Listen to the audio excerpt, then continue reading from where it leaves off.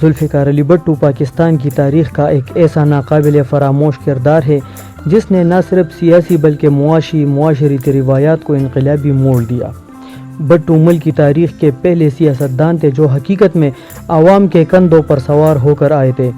عوام کو وڈیروں، جاگیرداروں اور نام نہاد سیاستدانوں کے سامنے سر بلند کرنے والی یہ شخصیت بھی اپنے ذاتی کردار میں بہت سی خامیوں و خوبیوں کی حامل تھی۔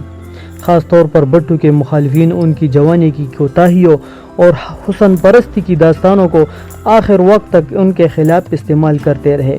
بہرحال یہ ایک حقیقت ہے کہ اپنی تمام تر خوبیوں کے ساتھ ساتھ بھٹو کی شخصیت میں ڈالی ڈالی رس چوسنے والا ایک بورا بھی موجود تھا جو ذرا سا موقع ملنے پر اپنے خول سے باہر آ جاتا، اور پھر بھٹو اپنے تمام تر مرتبے اور مقام کو بالائے طاق رکھتے ہوئے حسن و عشق کی رہنائیوں میں کھو جاتے اور یوں ان کے اندر کا اصل بھٹو ظاہری بھٹو پر چھا جاتا۔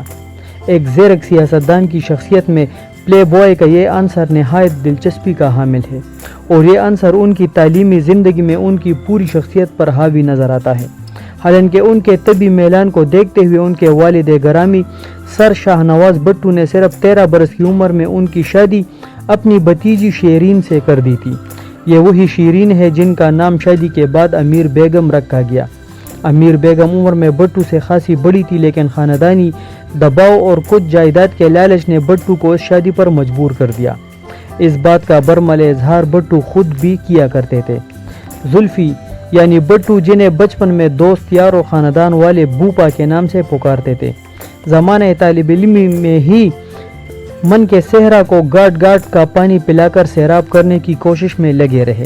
خاص طور پر 1934 میں جب سر شاہ نواز بھٹو ممبئی کی کابینہ میں شامل ہوئے تو زلفی بھی روشنیوں کے اس شہر میں آن بسے۔ یہاں ان کے حلقہ احباب میں پیلو مودی، مشتاق علی، عمر قریشی اور جہانگیر نمایاں تھے۔ بڑے خاندانوں کے یہ کلنڈر نوجوان تمام دن نت نئے چہروں کی تلاش میں رہتے۔ پیلو مودی کے اپنے الفاظ ہیں: زلفی کو اچھی غذا، عمدہ شراب، قیمتی پوشاک اور خوبصورت لڑکیاں بہت پسند تھی۔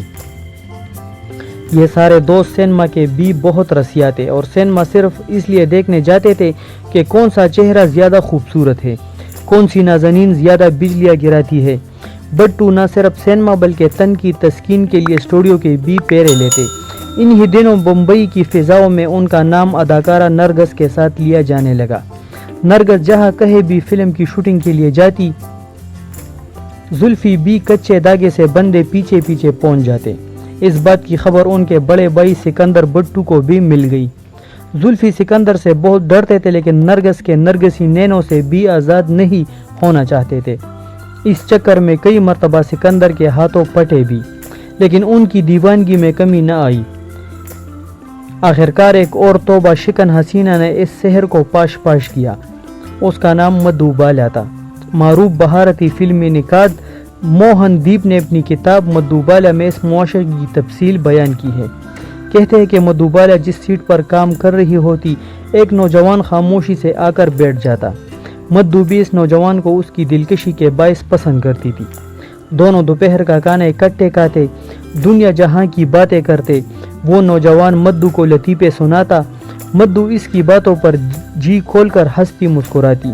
یہ نوجوان ایک وکیل تھا، اس کا نام ذوالفقار علی بھٹو تھا۔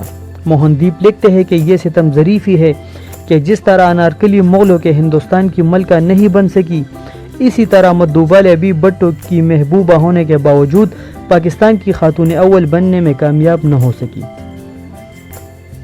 دوستو، امید کرتا ہوں کہ ویڈیو آپ کو پسند آ گئی ہوگی۔ اس طرح کی معلوماتی ویڈیوز کی اپڈیٹس کے لیے ہمارے چینل کو ضرور سبسکرائب کریں۔